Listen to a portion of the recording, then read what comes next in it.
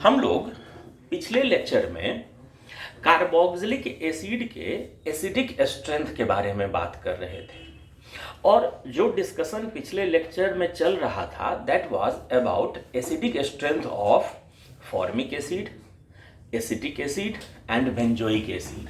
हम लोग पिछले क्लास में फॉर्मिक एसिड, एसिटिक एसिड और बेंजोइक एसिड के एसिडिक स्ट्रेंथ के बारे में कंपैरिजन कर रहे थे और आप लोगों को बताए थे तो इन तीनों मॉलिक्यूल के एसिडिक स्ट्रेंथ के बारे में हम लोग चर्चा कर रहे थे और हम लोगों ने क्या निष्कर्ष निकाला था याद है? हम लोगों ने क्या निष्कर्ष निकाला था? इन लोगों में सबसे ज्यादा एसिडिक होता है कौन? फॉर्मिक एसिड, फिर होता है कौन? बेंजोइक एसिड और फिर होता है कौन? Acetic acid. जानते हो बेटा, अगर हो सके तो याद रखना फॉर्मिक एसिड के pKa का वैल्यू होता है 3.77। एसिटिक एसिड के pKa का वैल्यू होता है, ये वाला तो आप लोग कई बार आयनिक इक्विलिब्रियम में यूज करते हैं। आयनिक इक्विलिब्रियम में कई बार क्वेश्चन 40% से ज्यादा क्वेश्चन एसिटिक एसिड मॉलिक्यूल को लेकर दिया रहता है और हर क्वेश्चन में इसका Ka या pKa वैल्यू दिया रहता है। इसका Ka वैल्यू होता है 2 into 10 to the power -5, exactly होता है 1.8 इंटू 10 टू द पावर -5, लेकिन क्वेश्चन में आसानी से बने तो 1.8 को 2 कर देता है, 2 इंटू 10 टू द पावर -5 और pKa वैल्यू होता है 4.67 या 4.77 इतना होता है और इसका जो pKa वैल्यू होता है वो होता है 4.17। तो देखो ना, यहाँ पर pKa वैल्यू जिसका जितना कम वो उतना ज्यादा एसिडिक, pKa वैल्यू जिसका जितना कम वो उतना ज्यादा एसिडिक। तो इन तीनों में सबसे ज्यादा एसिडिक कौन हो गया है? Formic acid.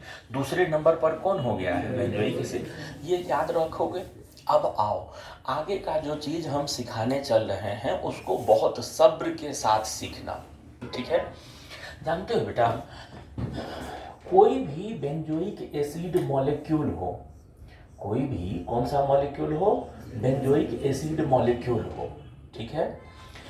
आप कहीं भी कोई ग्रुप लगा दीजिए, कहीं भी कोई ग्रुप लगा दीजिए, उन ग्रुपों के लगने मात्र से अगर इस कार्बन का इलेक्ट्रॉन डेंसिटी घट जाए, the carbon containing COOH group, उस कार्बन पर अगर इलेक्ट्रॉन डेंसिटी क्या हो जाए? घट जाए, तो वह बेंजोइक एसिड के एसिडिक स्ट्रेंथ को क्या कर देगा? बढ़ा देगा। हाँ, presence of any group if decreases the electron density of carbon containing COOH group will eventually increases the acidic strength of benzoic acid। वह बेंजोइक एसिड के एसिडिक स्ट्रेंथ को क्या कर देगा? बढ़ा देगा, ठीक है?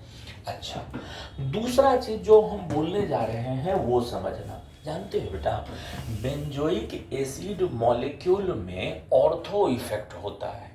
बेंजोइक एसिड मॉलिक्यूल में एक स्पेशल इफेक्ट होता है जिसको हम लोग क्या नाम से पुकारते हैं?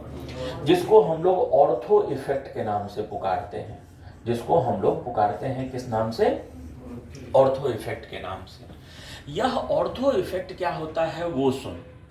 ऑर्थो इफेक्ट का कहना है कि कोई भी बेंजोइक एसिड मॉलिक्यूल में अगर ऑर्थो पोजीशन पर कोई ग्रुप लगा हुआ हो, इस ग्रुप का नेचर चाहे जो भी हो, वो इलेक्ट्रॉन पुशिंग हो या विड्रॉइंग हो, if there is presence of any group at ortho position, it will increase the acidic strength of benzoic acid.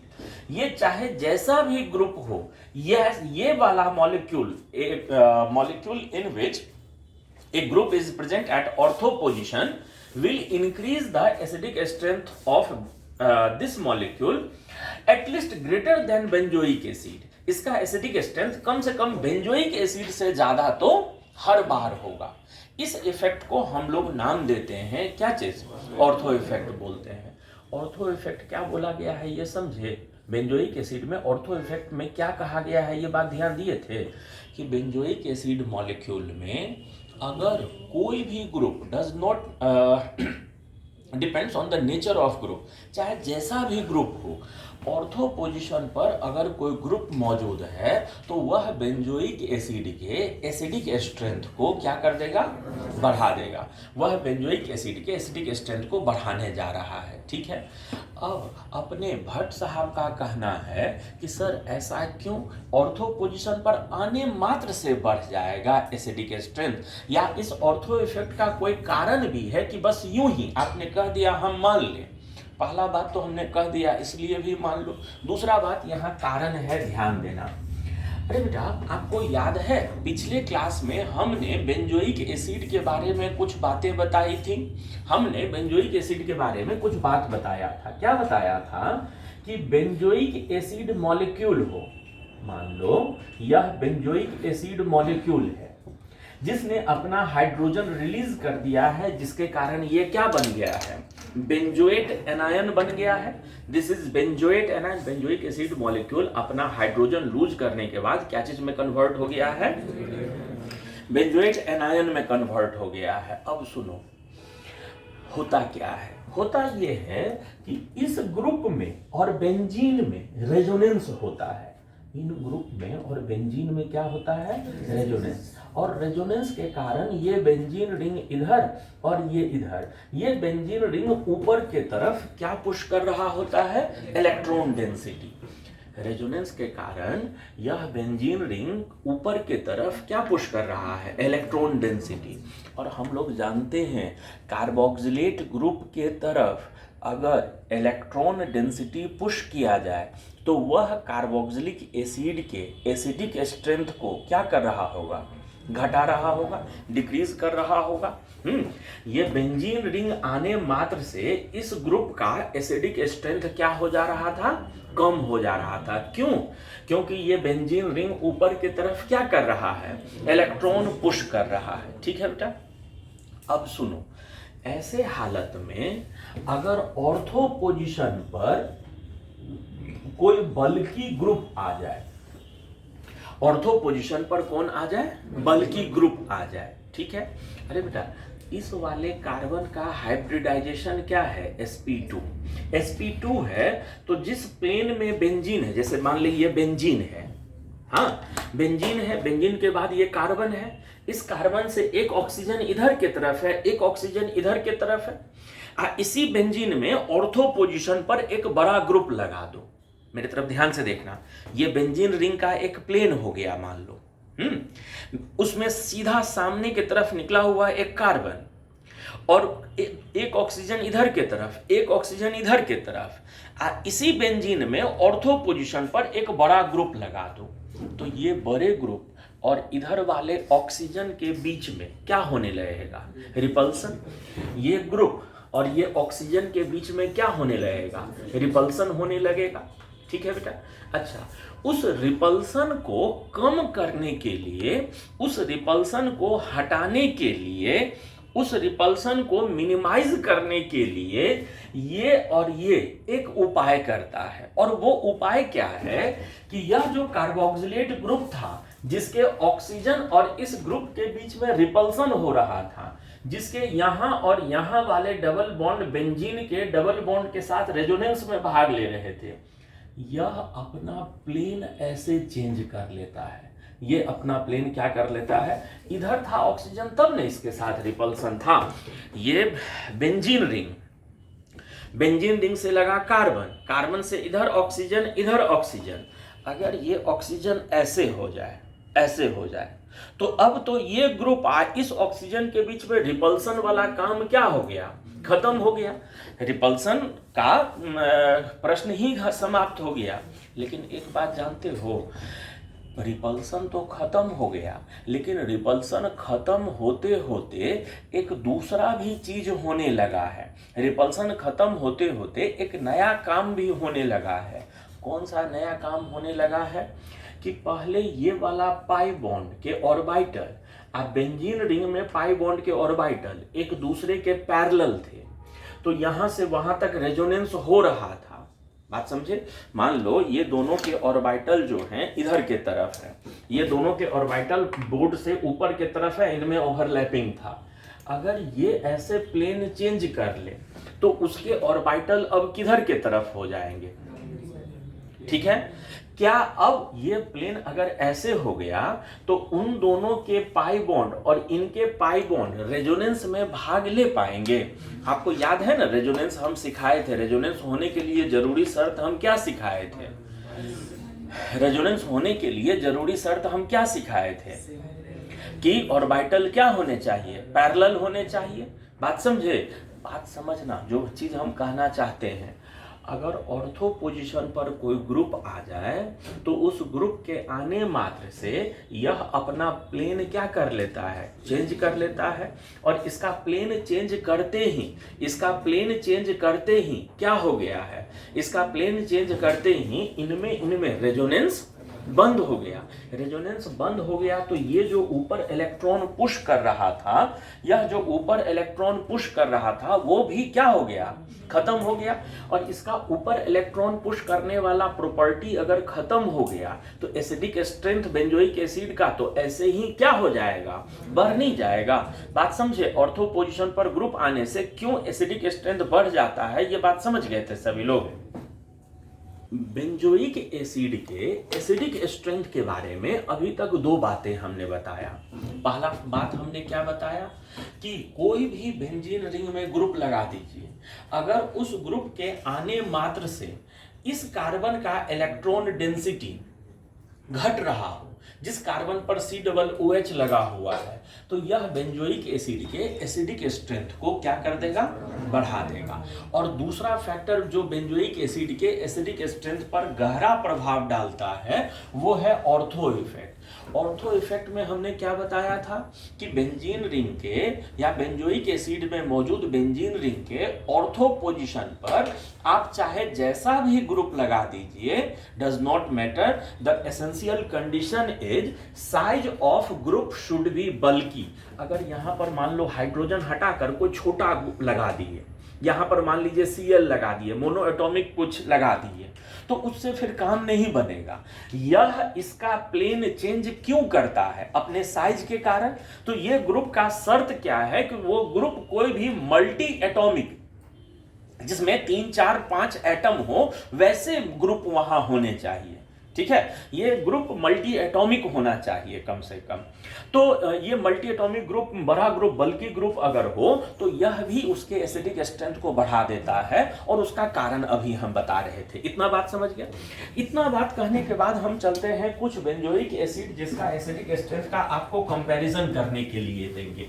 कुछ बेंजोइक एसिड में आपको दिया जाएगा कि उनके एसिडिक स्ट्रेंथ का कंपैरिजन कीजिए। अरे बेटा, सबसे पहला चीज देखना, जो क्वेश्चन हम पूछने जा रहे हैं, ठीक है, जिससे पूछेंगे वही बोलना। सब लोग सामूहिक रूप से बोलोगे तो हम किसी से कुछ नहीं पूछ पाएंगे। एक बार एक मॉलिक्यूल है COOH, ठीक है, और दूसरा बार एक मॉलिक्यूल है यहां COOH, और यहां पर CH3 है, और तीसरा बार एक मॉलिक्यूल है ये, और यहां पर COOH, यहां NO2 है। एक मॉलिक्यूल अब और लिखने का मन कर गया, एक मॉलिक्यूल लिख रहे हैं यहां पर क्या चीज कि ये यहां पर COOH है और यहां NO2 है। आपसे पूछा गया कि अच्छा ठीक है, थैंक यू, आपको बहुत बहुत धन्यवाद। आपसे पूछा गया कि ये जो 4 मॉलिक्यूल आपके सामने लिखा हुआ है, ये A, ये B, ये C और ये D, इन चारों में एसिडिक स्ट्रेंथ का सीक्वेंस क्या होगा? इन चारों में एसिडिक स्ट्रेंथ का सीक्वेंस क्या हो गया? आपके पास 1 मिनट का समय है, पहले ध्यान से देख लें, सुनना। अरे बेटा ध्यान देना, इन तीनों मॉलिक्यूल में अगर एसिडिक स्ट्रेंथ का इन तीनों मॉलिक्यूल में अगर एसिडिक स्ट्रेंथ का कंपैरिजन करना है तो सबसे पहला बात, ये बेंजीन रिंग नहीं है, ये नॉर्मल साइक्लोहेक्साइल ग्रुप लगा हुआ है, तो यहां ऑर्थो इफेक्ट या यहां ऑर्थो इफेक्ट नहीं होगा। इन लोगों में ऑर्थो इफेक्ट वाला काम नहीं होगा। ऑर्थो इफेक्ट तो तब ना जब बेंजीन रिंग में कुछ लगा हुआ हो, ठीक है। अच्छा, अब सुनो, इन लोगों में और इन लोगों में कंपैरिजन करते हैं। यहां पर ये बेंजीन रिंग ऊपर इलेक्ट्रॉन डेंसिटी भेजेगा रेजोनेंस के द्वारा, जबकि ये ऊपर इलेक्ट्रॉन डेंसिटी नहीं भेजेगा रेजोनेंस के द्वारा। बोल हाँ, जो उतना देर से समझा रहे थे, बेंजोइक एसिड होने से एसिडिक स्ट्रेंथ नहीं घट जाता था, तो ये इलेक्ट्रॉन भेजेगा जबकि ये लोग इलेक्ट्रॉन नहीं भेजेगा, इसलिए ये दोनों कहीं ज्यादा एसिडिक होगा उसके तुलना में। पहला बात। दूसरा बात, अब इन दोनों में भी इन दोनों ग्रुपों का क्या कोई प्रभाव नहीं पड़ेगा? अरे बेटा, कम से कम रेजोनेंस, ठीक है बेंजीन रिंग नहीं है, रेजोनेंस नहीं हो रहा है, इंडक्टिव इफेक्ट तो होगा। ये इंडक्टिव इफेक्ट में कैसा ग्रुप है? इलेक्ट्रॉन विड्रॉइंग ग्रुप है। और ये इंडक्टिव इफेक्ट में कैसा है? इलेक्ट्रॉन पुशिंग है। तो इन दोनों में ज्यादा एसिडिक कौन हो जाएगा? डी वाला। फिर कौन हो जाएगा? सी वाला। फिर कौन हो जाएगा? बात समझ में आ गया? चलिए अब हम चलते हैं, जो हम क्वेश्चन देने वाले थे उन क्वेश्चनों पर चर्चा करने के लिए चलते हैं। तो मैंने कहने का मतलब, ये चीज ध्यान में रखना, कई बार साइक्लोहेक्साइल में कोई ग्रुप लगा कर दे देता है और हम लोग उसमें कौन सा चीज अप्लाई करने लगते हैं? ऑर्थो इफेक्ट अप्लाई करने लगते हैं। वो नहीं करना। ऑर्थो इफेक्ट तभी अप्लाई करना है जब molecule clear cut benzoic acid दिख रहा हो, ठीक है। अब देखो, पहला क्वेश्चन जो हम आपके सामने देने जा रहे हैं उसमें क्या चीज है कि एक COOH है और एक में ऑर्थो पोजीशन पर CH3 है। दूसरा मॉलिक्यूल जो है ये COOH है और मेटा पोजीशन पर CH3 है। तीसरा जो मॉलिक्यूल है ये COOH है और यहां पर ये CH3 है। और चौथा जो मॉलिक्यूल है इसमें यहां ये COOH ग्रुप लगा हुआ है। मान लेते हैं ये मॉलिक्यूल A मान लेते हैं, ये मॉलिक्यूल B मान लो, ये मॉलिक्यूल C मान लो, ये मॉलिक्यूल D मान लो। आपसे अगर पूछा जाए कि इन चारों में कौन ज्यादा एसिडिक कौन कम एसिडिक, आपके पास 1 मिनट का समय है, सभी लोग सोच पढ़ करते हैं। तो यहाँ पर अगर हम लोग एसिडिक स्ट्रेंथ का कंपैरिजन करें तो ए वाला मॉलिक्यूल सबसे ज्यादा एसिडिक होगा। क्यों सबसे ज्यादा एसिडिक होगा? क्योंकि यहाँ ऑर्थो इफेक्ट हो गया है। अरे बेटा, बी वाले में हाइपर कंजुगेशन का असर अपने अगल बगल और सामने, यहां पर हाइपर कंजुगेशन का असर नहीं, जबकि इस मिथाइल के हाइपर कंजुगेशन के कारण यहां इलेक्ट्रॉन डेंसिटी अच्छा खासा बढ़ेगा। ये यहां बढ़ा रहा है इंडक्टिव इफेक्ट के कारण, ये यहां बढ़ा रहा है हाइपर कंजुगेशन के कारण, यहां पर नहीं बढ़ रहा है। तो दूसरे नंबर पर ज्यादा एसिडिक निश्चित रूप से कौन हो जाएगा? डी वाला हो जाएगा। रहा बात बी और सी में ज्यादा एसिडिक कौन, कम एसिडिक कौन, तो बी और सी में ज्यादा एसिडिक कौन? बी वाला। तो जो हमारा एसिडिक स्ट्रेंथ का सीक्वेंस हो जाएगा, जो हमारा एसिडिक स्ट्रेंथ का सीक्वेंस हो जाएगा, वो सीक्वेंस क्या हो जाएगा? बोलो। ए सबसे ज्यादा, फिर डी, फिर बी और फिर सी। ये कहानी समझ में आ गया है? जानते हो बेटा, अगर हम क्या करें, अब की बार ध्यान से सोचना और एक बार में सही बताना, और जिसको पूछे कारण सही प्रॉपर रीजन के साथ जवाब देना। हम अलग अलग जगह पर मिथॉक्सी ग्रुप लगाते चल रहे हैं। हम अलग अलग जगह पर कौन सा ग्रुप लगाते चल रहे हैं? मिथॉक्सी ग्रुप लगाते चल रहे हैं अलग अलग जगह पर। एक बार यहाँ मिथॉक्सी लगा दिए हैं और एक अंतिम में ऐसा होगा जहां कोई भी मिथॉक्सी ग्रुप नहीं लगा है। मेरे मॉलिक्यूल का नाम मान लेते हैं ए, इसका नाम बी, इसका नाम सी और इसका नाम कर देते हैं डी। आपके पास 1 मिनट का समय है। इन मॉलिक्यूलों में कौन ज्यादा एसिडिक होगा, कौन कम एसिडिक होगा, ये सोचना सभी। तो जो दूसरा वाला एग्जाम्पल दिया गया है, दूसरे वाले एग्जाम्पल में सबसे पहले जो ग्रुप लगा है उसके नेचर को समझ लिया जाए। जानते हैं बेटा, OCH3 जो ग्रुप होता है ना, मिथॉक्सी, इसमें ऑक्सीजन के पास लोन पेयर मौजूद है। इसमें ऑक्सीजन के पास क्या चीज मौजूद है? Lone pair. तो लोन पेयर होने के कारण रेजोनेंस होगा और रेजोनेंस में इलेक्ट्रॉन देने वाला माने +R होगा। जहां भी ये ग्रुप लगा रहेगा उसके अगल बगल और उसके सामने इलेक्ट्रॉन डेंसिटी क्या कर देगा? बढ़ा देगा। अच्छा, तो रेजोनेंस में ये हो गया +R। अरे बेटा, इंडक्टिव इफेक्ट में ये इलेक्ट्रोनेगेटिव सेंटर है, इंडक्टिव इफेक्ट में क्या हो जाएगा, -5। अरे बेटा यहाँ पर ये लगा हुआ है तो ऑर्थो इफेक्ट बहुत भारी इफेक्ट है, ऑर्थो इफेक्ट के कारण ये ज्यादा एसिडिक होगा, ये पक्का है। लेकिन सॉरी, ये ग्रुप अगर यहाँ पर लगा हुआ है तो इसके क्या क्या परिणाम होंगे। ये ग्रुप अगर यहाँ लगा हुआ है तो ये रेजोनेंस के कारण इलेक्ट्रॉन डेंसिटी बढ़ाएगा अपने अगल बगल और अपने सामने। कम से कम वहां तो नहीं बढ़ाया जहां जो पॉइंट हमारे कंसीडरेशन में है, जो पॉइंट हमारे नजर में है, वहां तो उसने इलेक्ट्रॉन डेंसिटी नहीं बढ़ाया है। ठीक है जी। अब देखो यहां तो रेजोनेंस के कारण नहीं बढ़ाया, लेकिन इंडक्टिव इफेक्ट के कारण, ये इंडक्टिव इफेक्ट में इलेक्ट्रॉन खींचने वाला है, -I है, तो ये थोड़ा सा इलेक्ट्रॉन डेंसिटी यहां से, ये थोड़ा इलेक्ट्रॉन डेंसिटी यहां से करेगा। आपको बताए थे ना, इंडक्टिव इफेक्ट जो है वो कार्बन चेन में आगे प्रोपागेट होते जाता है, लेकिन इंटेंसिटी घटते जाता है। इसका इंडक्टिव इफेक्ट यहां तक आते आते बेहद कमजोर हो गया होगा, लेकिन ओवरऑल इफेक्ट क्या होगा, थोड़ा बहुत इलेक्ट्रॉन डेंसिटी घटाने का ही काम किया होगा। अरे बेटा, अरे बेटा, अरे बेटा, ये यहाँ पर अगर है तो क्या होगा, यहाँ पर है तो इसके रेजोनेंस का असर अगल बगल और सामने इलेक्ट्रॉन डेंसिटी क्या किया होगा, बढ़ाया होगा। तो अब अगर इन लोगों में अगर हमको एसिडिक स्ट्रेंथ सजाने का काम दिया जाए तो एसिडिक स्ट्रेंथ सजाएंगे तो क्या सीक्वेंस हो जाएगा, बोल। इन लोगों में जो एसिडिक स्ट्रेंथ का सीक्वेंस हो जाएगा वो क्या हो जाएगा, बोल ना। सबसे ज्यादा A, फिर कौन, B, फिर कौन, D, फिर कौन, C। ये कारण सहित पूरा इफेक्ट सहित सबको समझ में आ रहा है, हम क्या क्या बोल रहे हैं, पूरा बात समझ में आ रहा है सभी को। जानते हो मेरे सामने जो pKa वैल्यू वाला ये लिस्ट है, बेंजोइक एसिड का pKa वैल्यू तो अभी हम थोड़ा देर पहले भी लिखे थे, उसमें कितना लिखे थे याद है, 4.17। तो बेंजोइक एसिड का pKa वैल्यू तो 4.17 ही होता है। अगर मिथाइल ऑर्थो पर लगा हुआ हो तो 3.91। अगर मेटा पर लगा हुआ हो तो 4.27, ठीक है। और अगर पारा पर लगा हुआ हो 4.37। देख तो ऊपर वाला जो सजाए हैं वो सही है कि नहीं है हम लोगों का। सबसे ए, फिर उसके बाद ये वाला वैल्यू, फिर उसके बाद ये यही सजाए थे ना ये भी। अगर मिथॉक्सी ग्रुप लगा हुआ हो तो उसका भी पीके वैल्यू मेरे पास है। ऑर्थो पर लगा हुआ हो तो 4.09, ऑर्थो पर लगा हुआ हो तो 4.09। मेटा पर लगा हुआ हो, मेटा पर लगा हुआ हो तो उस समय क्या हो जाता है, 4.0 समथिंग हो जाता है, इससे हल्का सा ही कम रहता है। 4.08 कर दे इसको, थोड़ा ही सा इससे कम रहता है, ठीक है। यहाँ पर बात समझना कि सर ये ऑर्थो इफेक्ट है, ये यहाँ हल्का खाली इंडक्टिव इफेक्ट है, फिर दोनों को लगभग बराबर क्यों कर रहे हैं। अरे बेटा ऑर्थो इफेक्ट के साथ साथ ये रेजोनेंस के कारण भी तो यहाँ बढ़ा रहा है, दोनों फैक्टर एक दूसरे को अपोज कर रहा है।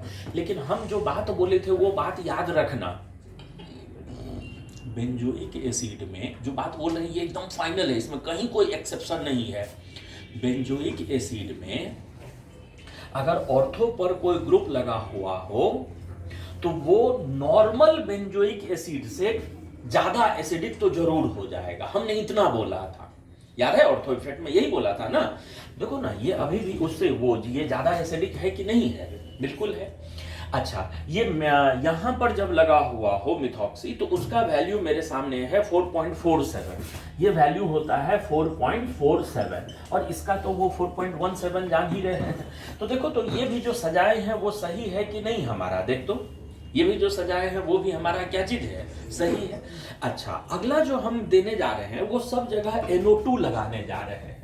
अगला जो हम आपके सामने देने जा रहे हैं क्वेश्चन, उसमें सब जगह क्या लगाने जा रहे हैं, NO2 ग्रुप। ये मिथाइल नहीं होगा बल्कि अब की बार यहां पर कौन सा ग्रुप होगा, NO2 लगा हुआ होगा। इसमें सोच विचार कर देखना और बताना तो कौन ज्यादा एसिडिक होगा कौन कम एसिडिक होगा। ऑर्थो नाइट्रो, मेटा नाइट्रो, पारा नाइट्रो बेंजोइक एसिड और एक बेंजोइक एसिड। इस मॉलिक्यूल का नाम A, इसका नाम B, इसका नाम C और इसका नाम D कर देते हैं। और आप लोगों को बताना है कि इन लोगों में कौन ज्यादा एसिडिक होगा और कौन कम एसिडिक होगा। ध्यान से सोच कर बताओ। NO2 का नेचर तो पहचानते हो, इंडक्टिव इफेक्ट में भी विड्रॉ करने वाला और रेजोनेंस में भी विड्रॉ करने वाला। इनका कहना है कि सर ACDB हो जाएगा। सुन सुन सुन सुन सुन सुन सब लोग। तो यहां पर जो एसिडिक स्ट्रेंथ का सीक्वेंस हो जाएगा, देख बेटा इसमें 3 इफेक्ट है और तीनों इफेक्ट एसिडिक स्ट्रेंथ बढ़ा रहा है। पहला ऑर्थो इफेक्ट एसिडिक स्ट्रेंथ बढ़ा रहा है, दूसरा इंडक्टिव इफेक्ट एसिडिक स्ट्रेंथ बढ़ा रहा है, रेजोनेंस एसिडिक स्ट्रेंथ। ये अच्छा खासा एसिडिक हो जाएगा। ये जो हो जाएगा इसका पीके वैल्यू जानते हो कितना हो जाता है? इसका पीके वैल्यू हो जाता है 2.17। देख रहे हो कितना ज्यादा एसिडिक है। नॉर्मल बेंजोइक एसिड से लगभग कितना 2 गुना कम है पीके वैल्यू। ठीक है। अरे बेटा अगर यहां पर लगा हुआ है NO2 तो इसका पीके वैल्यू हो जाता है 3.49 और अगर पारा पर लगा हुआ है तो इसका हो जाता है 3.43 और इसका 4.17 होता है। ये तो हम लोग जानते ही हैं। तो अब अगर देखो तो इन लोगों में जो सही सीक्वेंस हो जाएगा, जो आप लोगों ने बोला था वो तो सही ही ना बोला था। यहां पर जो एसिडिक स्ट्रेंथ का सीक्वेंस हो जाएगा वो क्या हो जाएगा? यहां जो एसिडिक स्ट्रेंथ का सीक्वेंस हो जाएगा वो क्या हो जाएगा बेटा? A के बाद कौन? C के बाद कौन? B के बाद कौन? D। ये हो जाएगा। ठीक है। अब हम कुछ ऐसा चीज बताने जा रहे हैं, अब हम कुछ ऐसा फैक्ट बताने जा रहे हैं जो कि थोड़ा सा आपके लिए नया होगा, जो कि आपके लिए थोड़ा सा क्या होगा? नया होगा। सभी लोग सुनना और खूब अच्छे ध्यान से सुनना। जानते हो बेटा अभी तक आप लोग बहुत इंपॉर्टेंट चीज बताने जा रहे हैं, बहुत ज्यादा ध्यान से सुनना है सब लोग। अभी तक हम लोगों ने क्या पढ़ा है कि ऑर्थो पोजीशन पर अगर कोई ग्रुप लगा हुआ हो तो वह बेंजोइक एसिड के एसिडिक स्ट्रेंथ को बढ़ाता है। जानते हो बेटा इसका एक अपवाद भी है, इसका एक एक्सेप्शन भी है। सर एक्सेप्शन ऑर्थो इफेक्ट का भी? हाँ, ऑर्थो इफेक्ट का भी एक एक्सेप्शन है। कौन सा एक्सेप्शन है? ऑर्थो इफेक्ट के एक्सेप्शन के बारे में जनरली कहीं चर्चा नहीं किया रहता है, कहीं नहीं चर्चा है, ध्यान देते रहना। हालांकि कोई बहुत भयंकर चीज हम बताने जा रहे हैं ऐसी बात नहीं, बहुत सिंपल लॉजिक है, तुमको भी कारण सहित बात समझ में आ जाएगा। कोई बहुत अनयूजुअल चीज नहीं बताने जा रहे हैं। जानते हो अगर कहीं पर बेंजोइक एसिड हो, अगर कहीं पर बेंजोइक एसिड हो और वैसे समय में बेंजोइक एसिड में ऑर्थो पोजीशन पर NH2 ग्रुप लगा हुआ हो, ऑर्थो पोजीशन पर क्या लगा हुआ हो? NH2 group. याद रहे ये ग्रुप नेचर में बेसिक होता है, यह ग्रुप नेचर में क्या होता है? अरे बेटा यहाँ हुआ क्या है जानते हो? बहुत शांत मन से सुनना। यहाँ पर हुआ ये है कि ऑर्थो इफेक्ट भी लगा है, इसका प्लेन भी चेंज हुआ है। प्लेन चेंज होने के कारण ज्यादा एसिडिक भी हुआ है। ज्यादा एसिडिक होने के कारण इसने H+ रिलीज भी कर दिया, उसने H+ रिलीज भी कर दिया है। ठीक है। तो ऑर्थो इफेक्ट में हम लोगों ने क्या पढ़ा था कि ऑर्थो पोजीशन पर चाहे जैसा भी नेचर वाला ग्रुप हो, अगर ऑर्थो पर है तो वो एसिडिक स्ट्रेंथ बढ़ाता है। जानते हो बेटा ये नियम लागू नहीं होता है अगर वहां पर NH2 ग्रुप हो। सर काहे नियम अपना काम नहीं करता है? वो जो लॉजिक समझाए थे वो अपना काम नहीं करता है? अरे बेटा लॉजिक सारा अपना काम करता है। ये इसके रिपल्सन के कारण प्लेन भी चेंज होता है, एसिडिक स्ट्रेंथ बढ़ता भी है, ये हाइड्रोजन भी रिलीज करता है। लेकिन ये बेसिक ग्रुप है। जो हाइड्रोजन बाहर निकला उस हाइड्रोजन को इसने कहा कि तुम चले कहां, तुम्हारे हाइड्रोजन का जरूरत हम ही को है। तो इस मॉलिक्यूल के एक सेंटर से जो हाइड्रोजन निकला है उस हाइड्रोजन को ये क्या कर लेता है? अपने पास रख लेता है। अरे बेटा आपके एक पॉकेट से पैसा निकाल के दूसरे पॉकेट में रख लिया जाए तो आपको आमदनी की नुकसान क्या हुआ?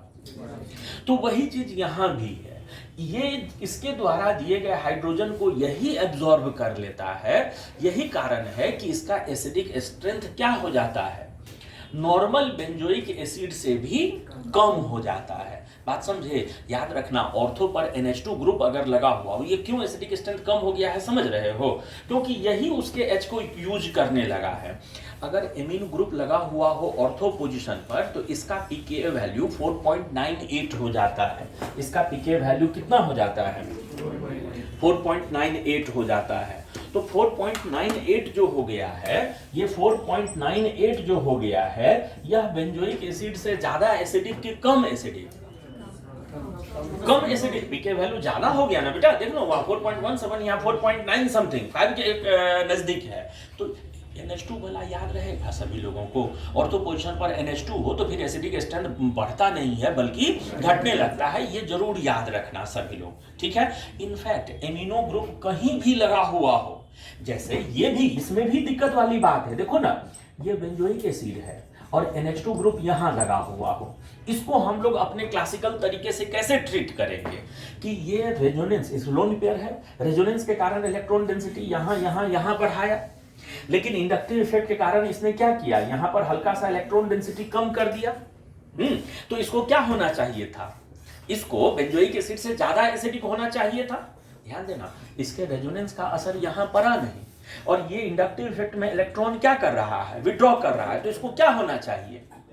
बेंजोइक एसिड से ज्यादा एसिडिक होना चाहिए। लेकिन फिर वही बात है, ये NH2 ग्रुप क्या करने लगता है, उसके द्वारा दिए हाइड्रोजन का यूज करने लगता है, उसके द्वारा दिए हाइड्रोजन का यूज करने लगता है। तो ये भी बेंजोइक एसिड से क्या हो जाता है, कम एसिडिक। 4.79, इसका पीके वैल्यू कितना हो जाता है? 4.79 हो जाता है। ये कहानी समझ में आ रहा है? एमीन वाले NH2 वाले का याद रखेंगे सभी लोग, जरूर से याद रखना ये एग्जांपल दोनों का, ठीक है। अब हाँ, बोलना कुछ, आप लोगों में कोई कुछ बोल रहा था? नहीं तो हम बोलते हैं तब। तो ये दोनों का याद रखना। अब इसके बाद जो 2 पॉइंट हमको बताना है, वो बताना है, सबसे पहला पॉइंट हमको चर्चा करना है हेलो बेंजोइक एसिड का। हमको चर्चा करना है क्या चीज का? तो हेलो बेंजोइक एसिड का चर्चा करना है। जानते हो बेटा, हैलोजन के बारे में हम पहले भी बोले हैं कि जो हैलोजन्स होते हैं उनका बिहेवियर एक्सेप्शनल होता है। हैलोजन के केस में उनका इंडक्टिव इफेक्ट ही डोमिनेटिंग होता है, और इंडक्टिव इफेक्ट में इलेक्ट्रॉन विड्रॉइंग होते हैं, वह COOH वाले ग्रुप से जितना नजदीक होंगे उतना ज्यादा एसिडिक बनाए रखेंगे। तो हेलोफेनॉल में हमेशा याद रखना, सबसे ज्यादा एसिडिक हो जाता है क्या चीज? ऑर्थो हेलोफेनॉल। सबसे एसिडिक स्ट्रेंथ का सीक्वेंस क्या हो जाएगा? सबसे ज्यादा हो जाएगा कौन सा? ये ortho hello benzoic acid, phenol नहीं, बेंजोइक एसिड। फिर हो जाएगा कौन? ऑर्थो के बाद पारा, और पारा के बाद कौन? मेटा। जितना ज्यादा नजदीक होगा उतना ज्यादा उसका एसिडिक स्ट्रेंथ होता जाएगा, इसमें कोई भी डिस्कशन या कुछ भी नहीं। हैलोजन जितना ज्यादा नजदीक होगा COOH के, वो उतना ज्यादा एसिडिक। दूसरे नंबर पर ये, तीसरे नंबर पर यहाँ हैलोजन लगा हुआ, ठीक है। और सुनना, फेनॉल में आप लोगों को एक बात, हाँ बेटा, ऑर्थो के बाद पारा नहीं, ऑर्थो के बाद कौन सा? ऑर्थो के बाद मेटा, और मेटा के बाद पारा वाला हो जाएगा, ठीक है।